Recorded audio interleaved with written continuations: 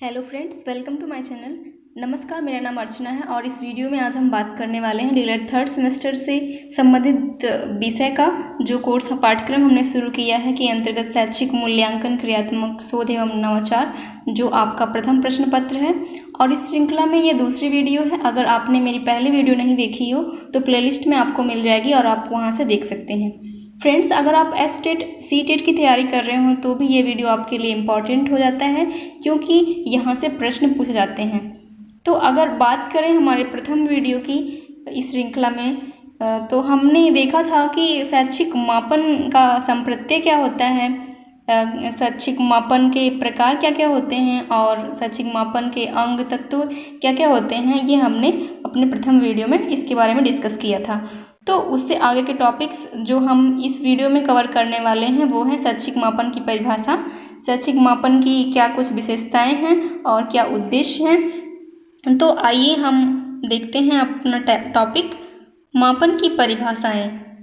तो मापन की परिभाषाएं हमारे कुछ विद्वानों के अनुसार क्या कुछ हैं, आइए उसे देखते हैं। पहला है हमारा शैक्षिक मापन छात्र अधिगम, शैक्षिक प्रभावशीलता या अन्य किसी शैक्षिक पक्ष की मात्रा, विस्तार एवं कोट के निर्धारण से है। जी हाँ, जो शैक्षिक मापन है, एजुकेशनल मेजरमेंट है, वो स्टूडेंट के अधिगम मतलब कि उसने क्या लर्न किया है, उसकी जो एजुकेशनल इफ़ेक्टिवनेस है, मतलब जो उसने लर्न किया हुआ जो उसके अंदर एजुकेशनल क्वालिटी है, उसका क्या प्रभावशीलता है, या उसके किसी अन्य जो पक्ष है, शैक्षिक पक्ष, उसकी जो मात्रा है, जो क्वांटिटी है, उनका विस्तार कहाँ तक हुआ है, एवं कोड के निर्धारण से है। मतलब कोड का निर्धारण का मतलब ग्रेडिंग, मतलब कि उसको ए ग्रेड बी ग्रेड में क्या, मतलब उसका मतलब शैक्षिक क्वालिटी उसकी कहाँ तक पहुँची है कि उसको किस ग्रेड में हम रख सकते हैं। ये हमारा परिभाषा है क्लास मेयरम गुडविन के अनुसार। दोस्तों, ये परिभाषाएं आपकी बहुत इम्पॉर्टेंट हैं, क्योंकि कई बार हमारा सीटेट और एसटेट में भी ये पूछ लेता है कि ये परिभाषा किस विद्वान ने दी थी। तो आप इनको पढ़ के ज़रूर जाइएगा। वस्तुओं के लिए संख्या देने के नियमों को मापन कहते हैं, जिसके द्वारा वस्तुओं की विशेषताओं का परिणाम निर्धारित होता है। ये बहुत ही इम्पोर्टेंट हो जाता है आपका जेसी ननले के अनुसार। इन्होंने कहा कि जो वस्तुओं की संख्या दे रहे हैं, जो नियम से हम उसको हम मापन कहते हैं, और वस्तुओं की विशेषताओं का जो रिजल्ट होता है उसका निर्धारण होता है किसके द्वारा, मापन के द्वारा। तो ये हो गया जेसी नल्ले के अनुसार। और नेक्स्ट हमारा है मापन मूल रूप से एक भाग के रूप में उस प्रक्रिया से संबंधित है जिसके द्वारा शिक्षक छात्र की किसी विशेषता को एक क्रम या अन्य संख्यात्मक मूल्य प्रदान करता है।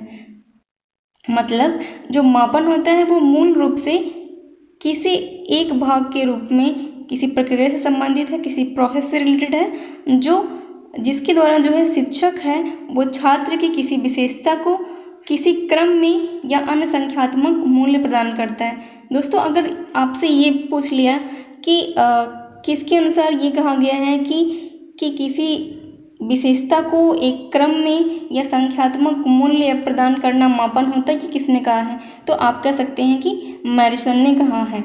या कई बार आपसे पूरा इसका डेफिनेशन पूछ लेता है, तो आप इसको ज़रूर ध्यान में रखना।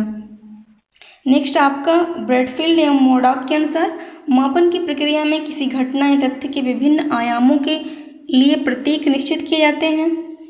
आयाम से क्या मतलब होता है हमारा, आयाम का मतलब होता है आपका परिणाम, जैसे किसी वस्तु का परिणाम, जैसे लंबाई, चौड़ाई, ऊंचाई, ये क्या होता है, परिमाप को ही परिणाम भी कहते हैं। और आयाम आपका उसी से सेंस रखता है कि किसी मापन की प्रक्रिया में किसी घटना या तथ्य के जो विभिन्न आयाम हैं उसके लिए प्रतीक निश्चित करना, सिंबल जो है निश्चित किए जाते हैं, ताकि उस घटना या तथ्य के बारे में जो यथार्थ है वो निश्चित किया जा सके कि उसका डायमेंशन कितना है।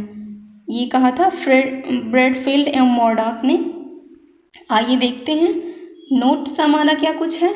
ये जो नोट्स है ये हमारे जो हमने परिभाषाएं अभी तक जो इनसे हमने सीखा मापन के बारे में, उसका ये निचोड़ है। तो हम देखते हैं मापन की प्रक्रिया के अंतर्गत वस्तु एवं घटनाओं ये तथ्यों को नियमानुसार अंक प्रदान किए जाते हैं। मतलब कि मापन से हमारा ये सेंस होता है कि इसके अंतर्गत हम जो वस्तुएं हैं, घटनाएं हैं या तथ्य हैं, उनको हम नियमानुसार हम अंक प्रदान करते हैं, डिजिट देते हैं, मतलब हम अंकों में उसको हम शो करते हैं। दूसरा हमने क्या सीखा, मापन के अंतर्गत किसी वस्तु का मापन न कर उसकी विशेषताओं व गुणों का मापन करते हैं। मतलब अगर हम शैक्षिक मापन को देखें तो हम क्या करते हैं, किसी व्यक्ति के, हम किसी स्टूडेंट की हम उसकी विशेषताओं और गुणों का ही तो मापन करते हैं। तो हमारा ये हो गया। और नेक्स्ट, मापन के अंतर्गत वस्तु के परिणात्मक स्वरूप की अभिव्यक्ति होती है। मतलब कि मापन के अंतर्गत जो वस्तु है उसका क्या रिजल्ट होता है, उसकी हम अभिव्यक्त कर सकते हैं कि वो वस्तु कैसी है, लंबी चौड़ी, कितनी लंबाई है, कितनी चौड़ाई है, कितनी मोटाई है, या फिर उसके गुण के रूप में लंबा चौड़ा मोटा, मतलब कुछ भी आप, उसका आकार क्या है, ये हो गया आपका परिणात्मक स्वरूप।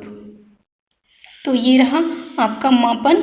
और हम देखते हैं शैक्षिक मापन की क्या कुछ विशेषताएं हैं। Characteristic of educational measurement. तो आपका पहला पॉइंट है, मापन मूल्यांकन करने में सहायक है।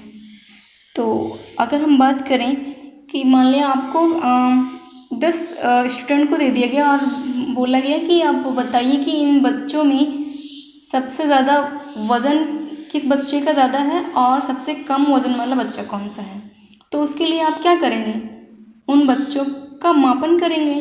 मापन करेंगे मतलब आप वेट देखेंगे। तो जो मूल्यांकन करने के लिए हम माप ले रहे हैं, यानी कि मूल्यांकन में हमारा मापन क्या है, वो सहायक है। दूसरा है, मापन मूल्यांकन की अपेक्षा कम खर्चीला होता है, क्योंकि जो मापन होता है वो इंडिविजुअली हम करते हैं किसी एक बच्चे का, और जो मूल्यांकन होता है वो समूह में किया जाता है। समूह से हम पूरे एक समूह का वो करके हम मूल्यांकन, तब हम उसके जो रिजल्ट आउटकम में प्राप्त होता है वो मूल्यांकन होता है। तो इसलिए ये ज़्यादा खर्चीला होता है। तो मापन जो है वो कम खर्चीला होता है किसके, मूल्यांकन के। और मापन में हम आंकिक स्वरूप पाया जाता है, ये हम पहले ही पढ़ चुके हैं। मापन जो है वैज्ञानिक प्रगति का मुख्य आधार है, क्योंकि माप के द्वारा हम कोई भी अपना जो एक्सपेरिमेंटल प्रोग्रेस है वो नहीं कर सकते हैं। और हमारा नेक्स्ट है जो आपका बहुत ही इम्पॉर्टेंट पॉइंट है, मापन में कोई निरपेक्ष शून्य बिंदु नहीं होता। निरपेक्ष शून्य बिंदु मतलब एब्सोल्यूट 0 पॉइंट नहीं होता। अगर हम निरपेक्ष की बात करें तो एक होता है सापेक्ष और एक होता है निरपेक्ष। जो एक ही पक्ष के लिए किया गया वस्तु का जो निर्णय होता है वो क्या होता है, आपका निरपेक्ष होता है। और अगर हम किसी वस्तु के सभी पक्षों का अध्ययन कर रहे होते हैं तो वो सापेक्ष कहलाएगा। तो मापन में हम किसी चीज़ के सिर्फ एक ही पक्ष का मापन नहीं कर रहे होते हैं, यानी कि मापन में निरपेक्ष शून्य बिंदु का अभाव होता है। अगला हमारा मापन में अनंतता की स्थिति, सेंस ऑफ इन्फिनिटी। मतलब कि इससे ये हम कह सकते हैं कि अगर हमने एक छात्र की संपूर्ण उपलब्धि का मापन कर लिया है, अगर हमने किसी छात्र का, तो ये हमारा कहना मतलब सही नहीं हो सकता, क्योंकि हम परफेक्टली हम कोई मेज़रमेंट हम नहीं कर सकते। हो सकता है कि हमसे कोई बच्चे का कोई एक पक्ष कोई छूट गया हो, तो इसे ही कहते हैं कि अनंतता की स्थिति का पाया जाना, क्योंकि बहुत सारी चीज़ें होती हैं जिसका मापन करना होता है। तो ये हो गया आपका। और शैक्षिक मापन के उद्देश्य क्या क्या हैं देख लेते हैं। ऑब्जेक्टिव्स ऑफ एजुकेशनल मेजरमेंट, अनुदेशन की प्रभावशीलता का पता लगाना। मतलब ये कि अनुदेश मतलब होता है इंस्ट्रक्शन, मतलब जो इंस्ट्रक्शन दिया गया एजुकेशन के द्वारा वो कितना इफेक्टिव रहा उसका पता लगाते हैं हम शैक्षिक मापन के द्वारा। तो ये हमारा होता है शैक्षिक मापन का उद्देश्य कि जो इंस्ट्रक्शन है उसकी प्रभावशीलता का पता लगाना। छात्रों के सर्वांगीण विकास में सहायता करना, मतलब शैक्षिक मापन जो है वो छात्रों के सर्वांगीण विकास में सहायता करता है। सर्वांगीण से मतलब हमारा क्या होता है कि केवल शैक्षिक पक्ष नहीं होता है, उसके और भी पक्ष होते हैं, जैसे कि शारीरिक पक्ष, मानसिक पक्ष, बौद्धिक पक्ष, ठीक है।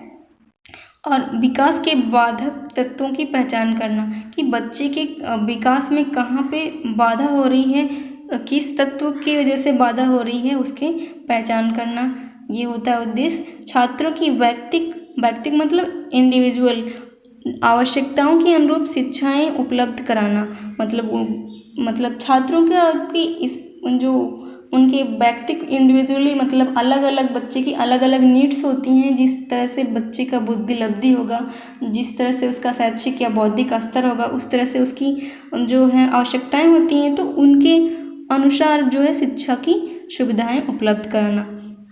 नेक्स्ट है अधिगम को सहज बनाकर शिक्षण को आनंददायी बनाना, मतलब आप ऐसे बच्चों को लर्निंग कराइए, अधिगम कराइए कि उनको इंटरेस्टिंग लगे।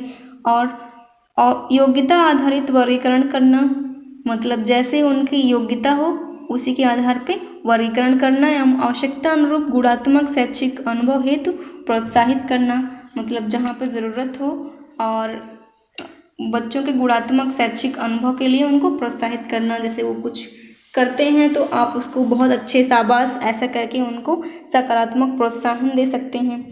छात्रों में स्वस्थ प्रतियोगिता की भावना विकसित करना, और छात्रों में आप कंपटीशन की जो भावना होती है वो विकसित कर सकते हैं। मतलब एक सकारात्मक जो होता है स्वस्थ प्रतियोगिता से मतलब उनको सकारात्मक दिशा में ले जाके आप एक कंपटीशन करा सकते हैं, जो भी आप पढ़ाते हैं उससे रिलेटेड।